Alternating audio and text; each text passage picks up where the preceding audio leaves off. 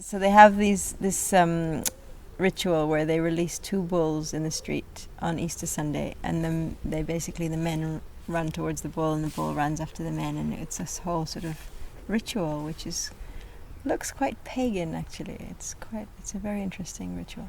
And on the Saturday before the Sunday, they do this a version for the kids. So they make a toro out of a wheelbarrow, and they kind of run after the kids, and it's fun. So she gave me a call at 5 o'clock in the afternoon when the thing was just going to start, the whole sort of procession with the kids, where they closed the road and everything. And she said, well, you wouldn't believe it, a swarm of bees just flew into the street, the Juan Relique, in the street where it's all happening. And can you come? We don't know what to do. We need somebody to take this swarm away. So as I was there with my bees anyways, I just took an empty hive, put it in the car, and I came down. And the mayor was there, and all sorts of sort of people, his entourage was there, and the police had sort of sectioned off this bit because the bees had settled on a window of a shop window in the street. And the people were sort of worried, and it was a big deal, and there were bees, and the mayor wasn't happy at all about this sort of and I just said to him immediately, I said that this is a blessing for his town. And then we had to wait till sundown to collect the bees. So I had a lot of time to sort of chat to him about bees and about why he actually shouldn't be afraid of them, and why he could see it as a blessing. And it was really good. Lots of people came by and walked by and were interested, and it was a whole opportunity to talk about bees with people. And then I called some people from our association, our learning community. It was Paco, and who's Jorge's uncle, and he came with Jorge and Francie. And we put on the bee suits, and we took the swarm, we collected the swarm, and it looked almost like a performance art, like everybody was sort of in the street and watching, and we were doing it calmly, and it was just a ritual again, and it was really beautiful. Yeah. So it felt like a huge gift, because after that, on Monday, the next day, they called us from the radio station to talk about bees with us, so they'd heard who we are and what we're doing with bees, and so we had the opportunity to really kind of speak about it and talk about bees and the plight of bees in a way. When I first moved here, Joy had her first swarm, and she did it really inconveniently on two sides of a fence, and it was a big thing to go around and try and work out where the queen was and which bit. And eventually we managed to get the swarm into a basket, and it just went up into the air and was gone. We went off and we chased it, and we searched and we looked everywhere, and I came back, and there's a chap here on the farm, and he turned around to me and said, "That's not beekeeping, is it?" A good story about a swarm is the swarm I got when I started keeping bees, which was on June bank holiday Monday 2 years ago.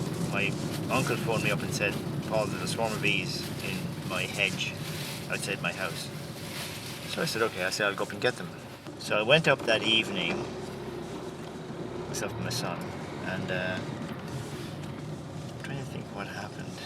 They were up by now they're up on the kind of say an 8-foot or 10-foot high branch of a pine tree, clearly visible, So we, being a complete novice, of course, we were wondering how to get these bees down. So we come up with this idea: I'd climb up the tree and we'd cut the branch off. I mean, it worked, but the bees all flew off.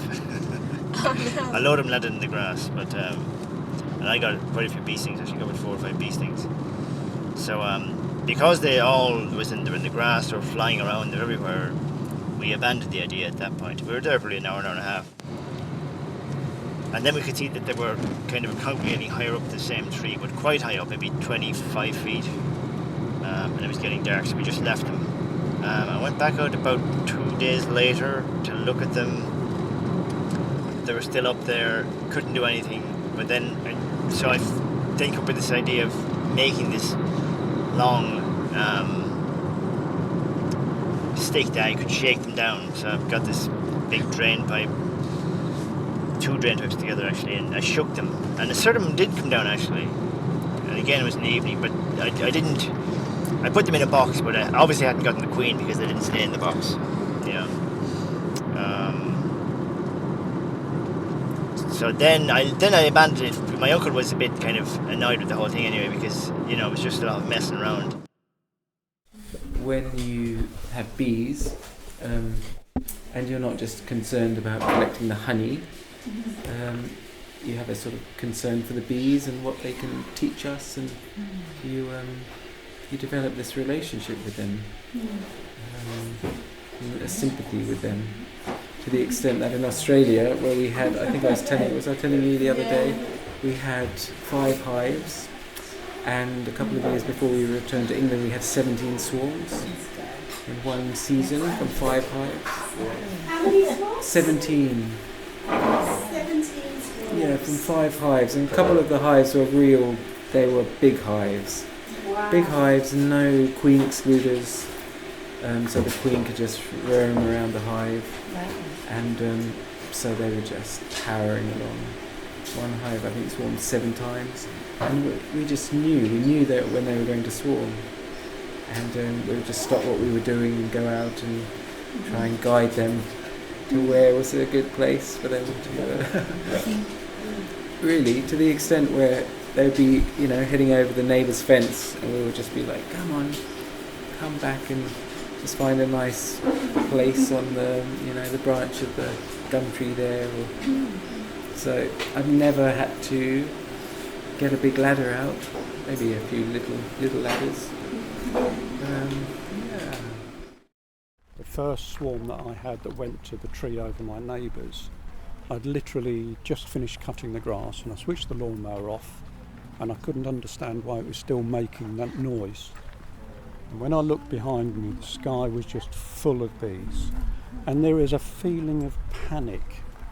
What on earth am I going to do with this?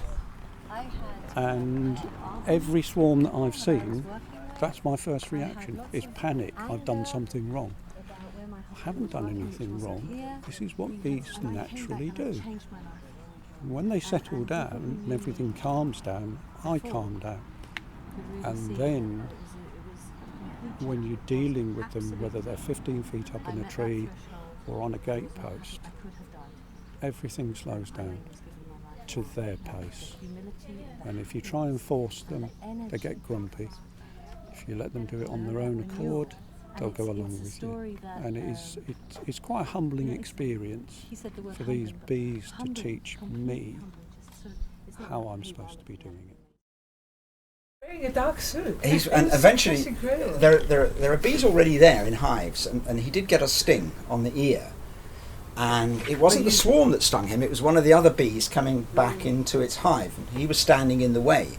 And I said to one of our Dutch friends, Ferry, I said, yeah, he got stung. And Heidi said, oh, that's maybe because, this, that, or something else. And Ferry said, no, he had too many thoughts in his head. Had too many thoughts in his head. His head was full of thoughts.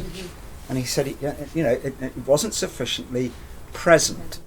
At 4 o'clock they did the 7th swarm. And finally, oh no, bloody hell. There is even an instruction in the bee lectures of Rudolf Steiner where he says, he likens the swarm, he says it's a picture, a beautiful picture of the soul departing from the body in the death. And this is what the bees were showing me. His soul is leaving. And every time they went back to the hive, I hived them, they left the hive to the hive, and only at the 6th time did I suddenly think, oh, this is not a swarm. They're just trying to show you the soul. And then they did it again the following day. I went the whole night again and sat with the body until 6 o'clock in the morning. I came home here. I was in pretty much of a daze, but you can't sleep either. So I sat in the garden. 9 o'clock in the morning. It wasn't hot. It was a grey day. And the bees did the same. Another hive did it. And they went really high and they went in the sky for 10 minutes. And then they went back again.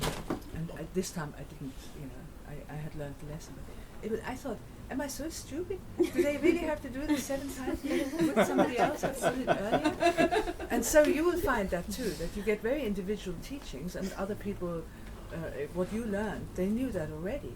I mean, for Gareth it might happen, and he knows the second time, this is not a swarm, this is a departing soul of my friend. For me it took a very strong demonstration. But so I was in a little bit of a personal crisis, but that always goes along with a big learning step, that you're in a little bit of a crisis. You feel depressed about yourself. Like, am I so slow? I thought I was a reasonably bright person, but it doesn't count in that way. No, I think it's because 7 is the seven mystery, is the mystery number. Yeah. So Which heaven was? They were now in the 7th heaven. You know, Yeah. there was a. Yes. I think the 7th. I was thinking the same as you. Yeah. I think it wasn't because you were being stupid. They were doing something for 7 times. And this town where we live, supposed to call around like 500 years ago, something like that or more, supposed to call Vejer de la Miel, because there is so honey. It was a honey town, and now we have less and less and less bees in this moment. And it was really weird this spring, because we have no swarms at all, only this little one. So it's not really a happy story, but it is a story. I've come to accept that they know what they want to do, and they know what they're doing.